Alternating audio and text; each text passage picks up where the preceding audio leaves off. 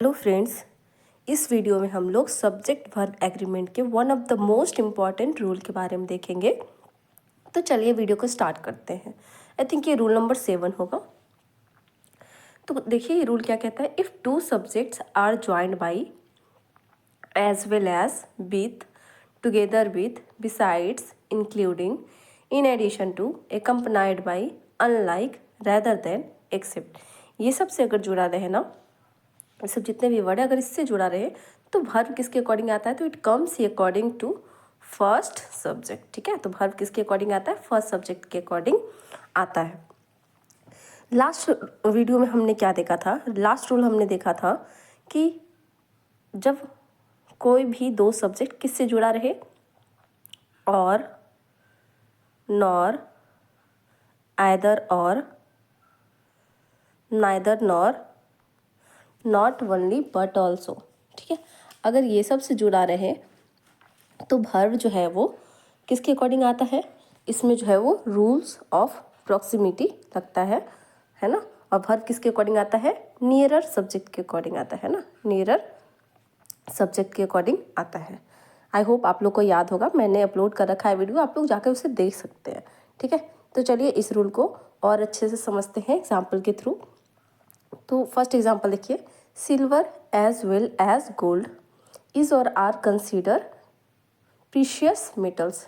तो बताइए यहाँ पे दो सब्जेक्ट कौन कौन से हैं, सिल्वर और गोल्ड है। ठीक है, तो क्योंकि एज वेल एज से जुड़ा हुआ है तो रूल क्या कहता है कि अगर इसमें से कोई भी वर्ड हो, अगर इससे दो सब्जेक्ट जुड़ा रहे ना, तो वर्ब जो है वो फर्स्ट सब्जेक्ट के अकॉर्डिंग आएगा। मतलब कि वर्ब किसके अकॉर्डिंग आएगा इस केस में, तो वर्ब जो है वो फर्स्ट वाले सब्जेक्ट मतलब सिल्वर के अकॉर्डिंग आएगा। ठीक है, तो सिल्वर के अकॉर्डिंग आएगा तो सिल्वर सिंगुलर होगा, तो इसलिए इज होगा। ठीक है, नेक्स्ट देखिए, the decoration of the rooms including the furniture is are very beautiful. तो बताइए यहाँ पे सब्जेक्ट क्या है, डेकोरेशन है और फर्नीचर है। ठीक है, जो कि जुड़ा हुआ है किससे, इंक्लूडिंग से। तो देखिए यहाँ पे इंक्लूडिंग है, तो इंक्लूडिंग से अगर जुड़ा रहेगा तो किससे आएगा, फर्स्ट सब्जेक्ट के अकॉर्डिंग आएगा। फर्स्ट सब्जेक्ट हमारा डेकोरेशन है। अब डेकोरेशन कैसा नाउन होगा, अनकाउंटेबल नाउन होगा। तो जब अनकाउंटेबल नाउन होता है ना, तो उसको सिंगुलर कंसीडर किया जाता है, तो वर्ब भी क्या आएगा, सिंगुलर ही आएगा। ठीक है, फर्स्ट सब्जेक्ट अगर सिंगुलर तो वर्ब भी सिंगुलर, फर्स्ट सब्जेक्ट अगर प्लूरल तो वर्ब भी क्या होगा, प्लूरल। ठीक है, इसलिए यहाँ पे भी इजी होगा। आई होप ये वीडियो ये आप लोग को रूल समझ में आया होगा। ठीक है, मैं थोड़ा अगर इन डिटेल में बताऊँ ना कि ऐसा होता क्यों है, क्यों जो है वो फर्स्ट सब्जेक्ट के अकॉर्डिंग ही आता है। तो रीज़न ये है ना कि देखिए ये सब जितने भी वर्ड है ना, ये प्रीपोजिशन है। क्या है, प्रीपोजिशन।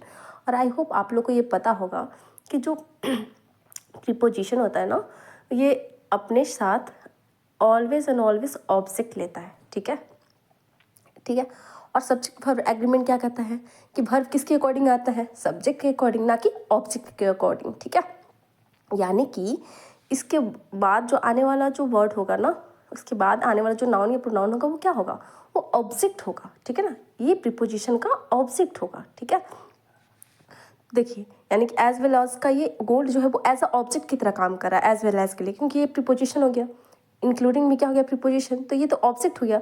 और हमेशा सब्जेक्ट वर्ब एग्रीमेंट तो यही कहता है ना कि verb comes according to the subject. तो सब्जेक्ट क्या है हमारा, सिल्वर, इसलिए सिल्वर के अकॉर्डिंग आया। यहाँ पे डेकोरेशन है इसलिए उसी के अकॉर्डिंग आया।